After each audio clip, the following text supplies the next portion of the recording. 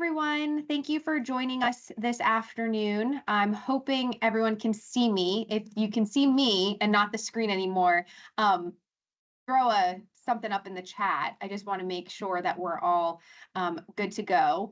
Um, Thank you for joining us. We appreciate you wanting to be a part of this conversation. We have two great individuals joining us today, and we are excited to share some insight and get this conversation started. So I'm going to go ahead and get going here. Thank you for joining us for today's webinar, Resilient Minds, a conversation in recognition of Mental Health Awareness Month that brings together perspectives from both emergency management and mental health fields. Disasters, whether natural, weather-related, or man-made, impact more than just our homes and infrastructure. They affect our emotional well-being, both in the moment and long after the crisis has passed. Our goal this afternoon is to have a very casual conversation to explore that vital connection between mental health and emergency preparedness. I'm Melissa Egan, the Community Relations Officer here at TEMA. I'll be acting as a moderator for this conversation.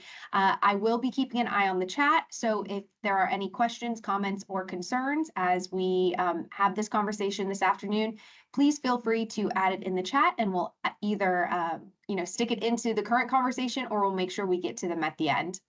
I'm joined today by Natalie Boone, TEMA District Coordinator in the Middle Region with extensive experience coordinating emergency preparedness and disaster response efforts at the local, regional, and state level. And also joined by April Hanners, Program Manager for Disaster Management and Suicide Prevention within the Office of Crisis Services and Suicide Prevention. April leads the disaster response work for Tennessee Department of Mental Health and Substance Abuse Services. So thank you both for being here this afternoon to take part in this conversation. And again, thank you to everyone who is joining us here virtually. If you do have to leave, feel free to. We will be recording this conversation and putting it on our YouTube page. So if you have to cut out for some reason, but you want to come back and listen to the end, that will be available this afternoon. Or if you want to share it with friends, we would love that as well. Friends, colleagues, whoever you feel like this conversation could help. So we have a lot of topics to cover today. As I mentioned, feel free to leave any questions or comments in the chat, and I'll be monitoring as we go. I'm going to start out really general here for both Natalie and April. How do mental health and emergency preparedness intersect, and why is that connection important for our communities to understand?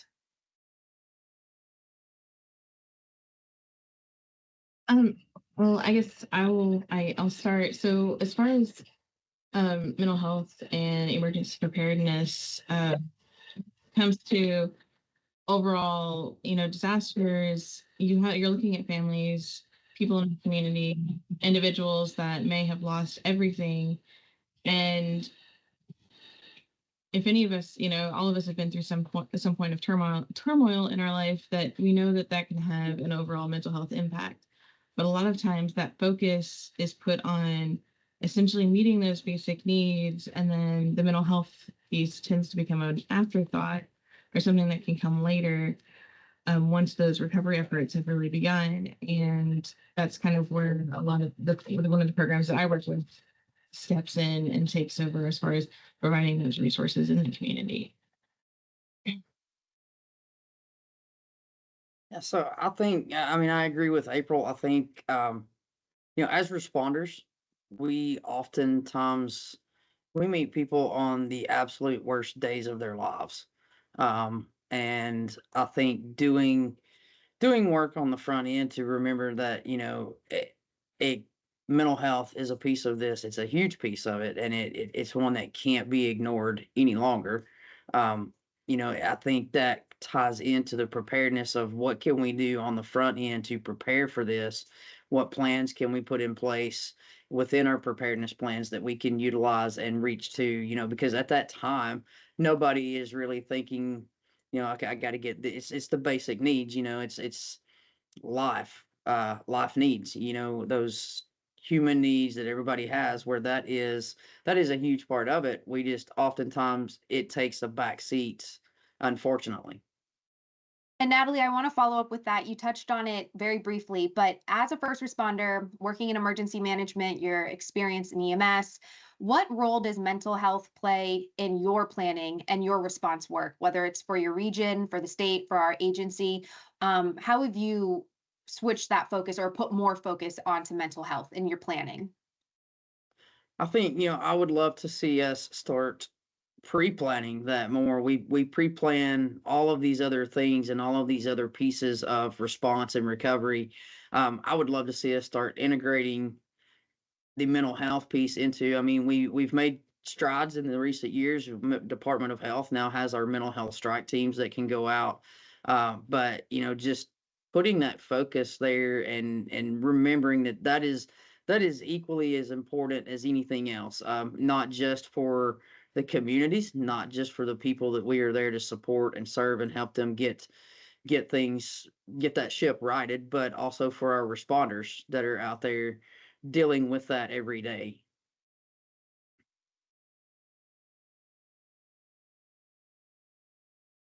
Melissa, you're muted. Teams 101 here. We're still learning, right? 5 years later. Thanks for that, Natalie, and thank you for letting me know I'm muted. April, I'm going to toss it over to you. You have a great presentation for us, so I'm going to ask you this question. I'm going to pull up the presentation, and then feel free to get into that presentation as you see fit. But from your perspective, what are some common emotional reactions people have even before a disaster hits? So, I mean, just very blanketly, a common reaction is, anxiety, the anticipation of a disaster hitting. I have a few slides in my presentation that kind of explain that a little bit further and why that anxiety, particularly here in the last few years, might be a little bit higher than what we have experienced in the past. And,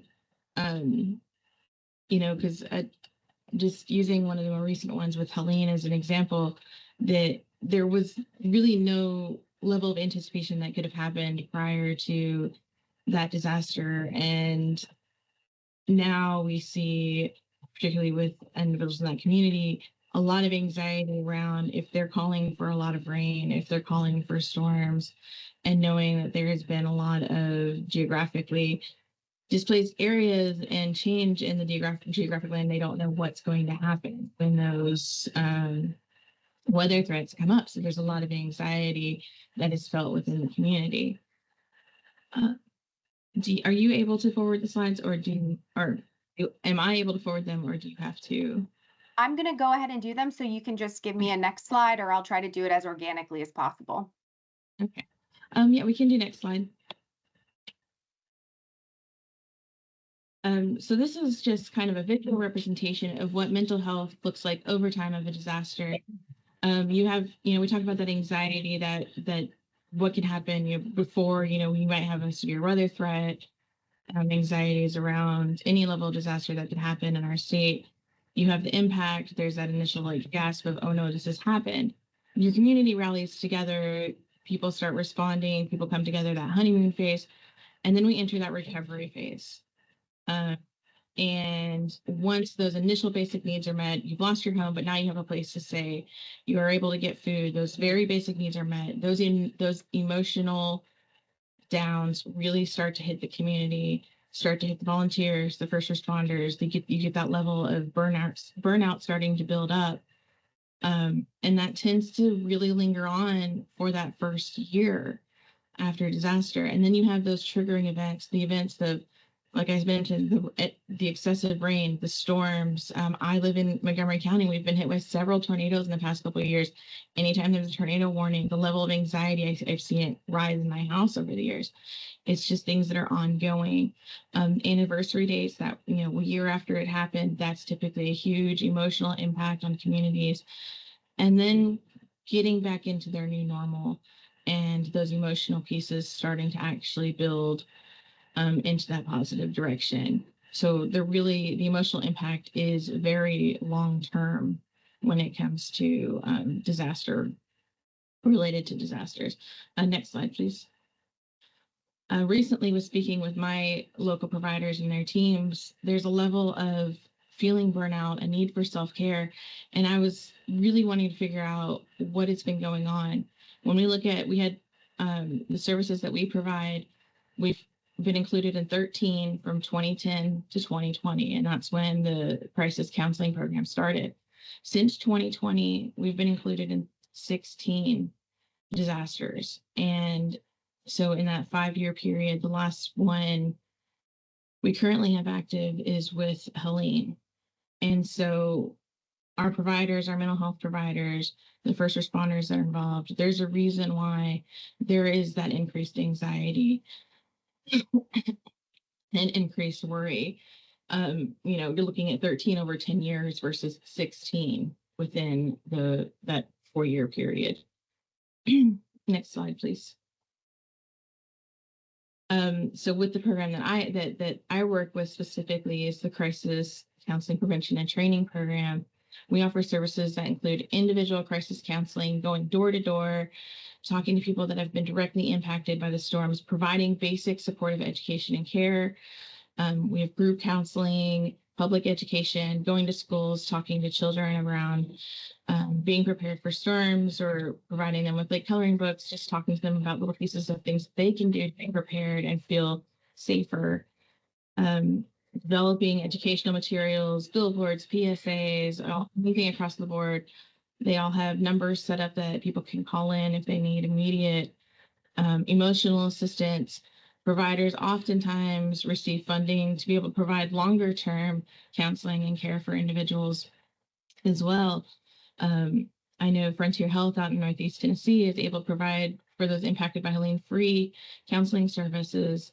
Now they might charge insurance, but they don't charge the copay. And if they're unable to pay, those services are still provided for free. Assessment, referral, and resource linkage, not just mental health, but if somebody's in need of a generator, helping make those connections to where they can get a generator. We've had families that have needed things like glucose monitoring, medications, knowing those connections in the community and being able to connect people to be able to meet those basic needs. So that way they can address their mental health later on down the road when they need to be able to address that. Next slide, please. And this is just a brief example of some of the things that we've done. The two on the right are billboards. The one on the left is a handout that Frontier Health has that has several resources numbers listed based off the community that they're in. And then the CCP program in Tennessee is labeled as a Tennessee Recovery Project because we don't want the services to be linked to any of the federal funds or state agencies or mental health. They want to be able to essentially ask people, how are you doing and what can I do to help? Next slide. And then I wanted to share 2 quick stories with you that have had a huge impact, just to kind of really highlight what the emotional impact from disasters can have. The first one is about a family that their farm area was destroyed. They had a lot of flooding in Helene, and our providers went out and they were just kind of doing a door-to-door thing. They were talking to this family, and the family didn't even know where to begin to help, to start with cleanup, to address what they needed. Like, they didn't want to leave their home. There was clearly a lot of emotional distress in the home. So our providers got a few volunteers together. They went out one weekend, helped them clear out their barn, clean up, paint, and the family has built a strong connection with them and they've really been able to help meet a lot of those basic needs and get them going and get the ball rolling on them into recovery and building their new normal. The second story, when it was relayed to me, I just started crying, just knowing that we do have people in the community that are trying to address the mental health aspect of the disaster response, but also that it is helping. This was about 6 months after Helene had hit. Nobody had really asked this woman how she was doing, and she was just really struggling. And they set up an appointment to go out and talk to her, and just let her tell her story the way that she needed to tell it, to share what she needed to share. She shared different areas that were impacted on her land, stuff that she lost, and just kind of talked through what she needed to talk through. After they met the next day, the provider received a text message. She just said, "Thank you. I was able to sleep for the first time in 6 months." And that sometimes just getting a good night's rest exactly what somebody needs to move them forward. And then kind of out of this, we've received a lot of ask around first responder mental health.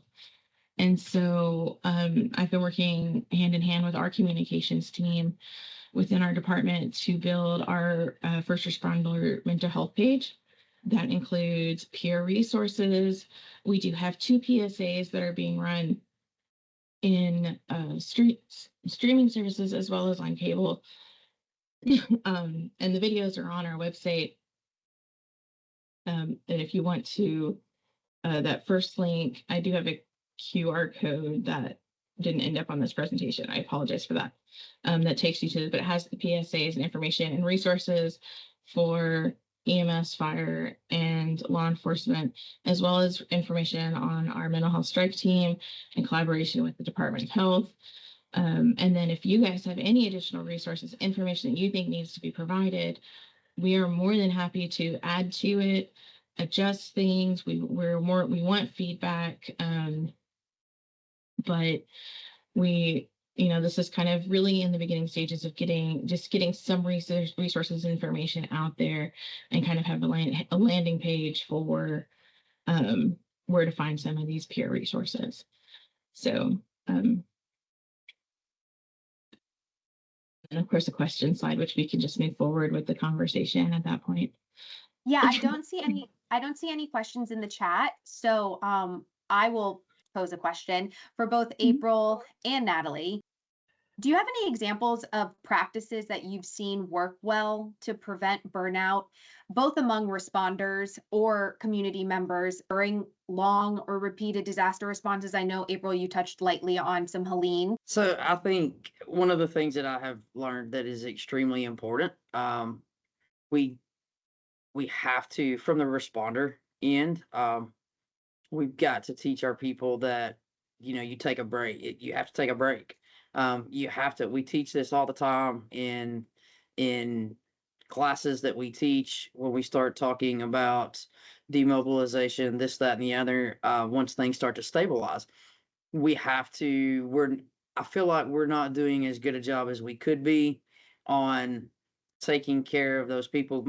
Starting to rotate our people in and out, get them completely out of that area for a while so that they can just reset. But then on the flip side of that, so just since we're talking about Helene, on the day that incident happened, I lived 3 hours from there, and I was one of the first out of East Tennessee, out of region district coordinators that were sent, while we still had, and I see my moon pie there. So,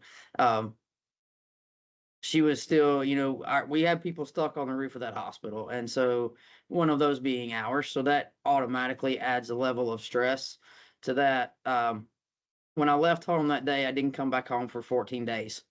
And when I got home that day, I was completely lost. I did not know what to do. I paced the floors. I was inside. I was outside. I was just walking aimlessly around the house, trying to figure out what to do, because I had went 90 miles an hour for 14 days straight in chaos to complete silence. There was nothing going on. And that is an extremely hard shift in and of itself. To get back into your sense of normal as a responder after you've been in that environment for so many days.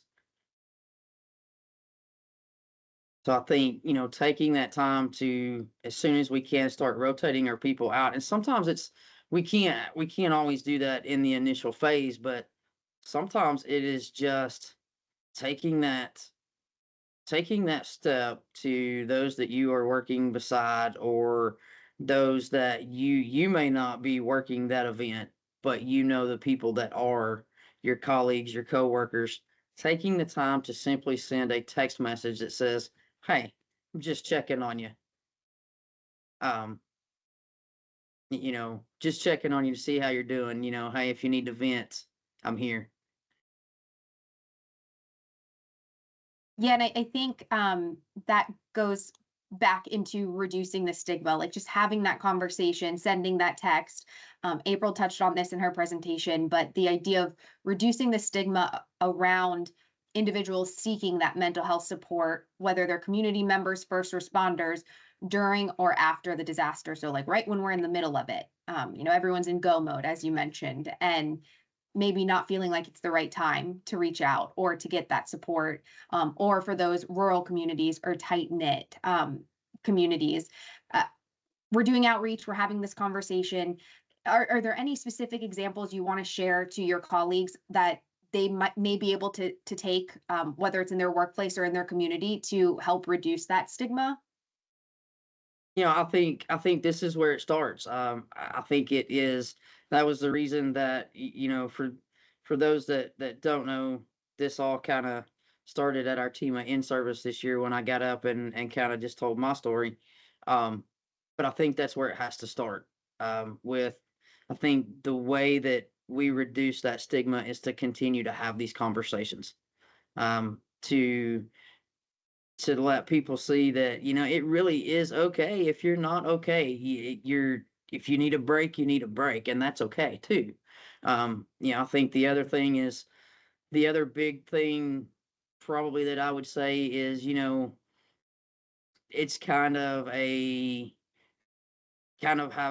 roller coaster, I guess, in a sense of you have really good days, and then all of a sudden, for whatever reason, you have these little setbacks. But that's okay. It's okay to visit that place. You just can't stay there.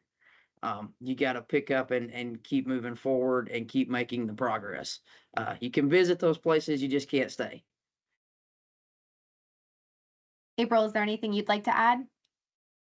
I like the way that Natalie worded that you can visit, but you can't stay. I I can't say that on our end with our providers, I try to be very mindful with them and have them have discussions and meet together to talk what they need to talk about, because that seems to be what helps the most, is just having somebody who's also been there, who understands that feeling, and then just discussing with them, you know self-care tends to be that buzzword, but really discussing with them what that actually means, and how taking that break is not a selfish thing, and that it can help rejuvenate you and bring you back to where you need to be. Removing yourself from that situation or checking in with one another, that can bring you back to that position where you are able to help, and you have put you put your mental needs first, and being able to sorry, my dog's barking in the dog room. But that tends to be that's a focus that we tend to use with our providers, is just making sure that we have those conversations, and that they do understand that that their needs are also important. Okay, we have about 4 minutes left. So I'm going to ask one more question to both of you. And then if anyone else has additional questions or comments, feel free to put them in the chat. Henry, I see your question. I'm going to send that to April after, so she can maybe dive a little bit deeper into the topic that you're asking about. But for our last question, what's one action step that you'd recommend everyone take today to better support their mental health in the face of potential emergencies? Who wants to go first? You can go first, Natalie. Okay. So, I think it differs for person to person. I think you have to find what works for you is the big thing. But I think a lot of it, I think it has to start with self-awareness. Um, you know, being able to recognize when you need to take that break and do that self-care. And, the reality is none of us are great at self-care. We're not where we need to be with that. My favorite phrase in life is sometimes you just have to embrace the suck. And like I said, you can visit there, you just can't unpack and stay. Um, but I think it for me, it starts with self-awareness, taking the time to say, "Oh, whoa, wait a minute. I need to back up. I need to recharge and figure out what that is, for each person."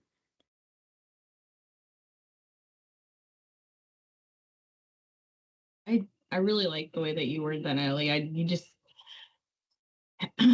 um from the community perspective, one of the pieces that the providers that we really push is just making having that communication with those in the community to have a plan, and um putting understanding that you are going to have anxiety, understanding that these feelings that come up if for that weather forecast for excessive rain, understanding that those anxiety feelings are going to be there, and that's normal, but having a contingency plan for if something does happen, communicating that to your family and loved ones of, if a disaster hits, here's what we're going to do, here's where we're going to go, here's where we're going to meet.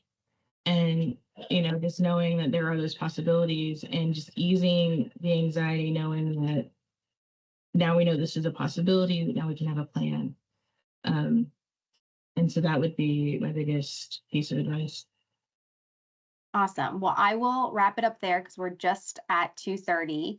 I am going to share a screen real quick with our information.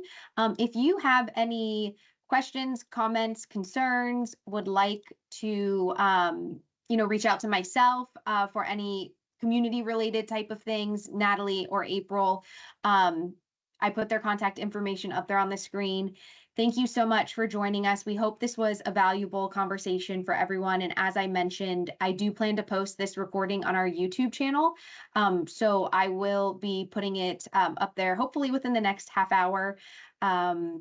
And we are going to continue doing this monthly. This is a new series that TEMA has launched, I should say. This is our second conversation that we've had. Our goal is to have monthly conversations tied into relevant scenarios that are going on in the world, whether it's specific to Tennessee, whether it's, ties into a month of recognition, like this month is Mental Health Awareness Month. But our plan is to continue to do this throughout the year. So if you have any suggestions for good conversations that you think would be beneficial, please reach out to me and let me know. I would greatly appreciate it. But other than that, I'll just want to say thank you again for joining us, and I hope you have a great rest of your afternoon.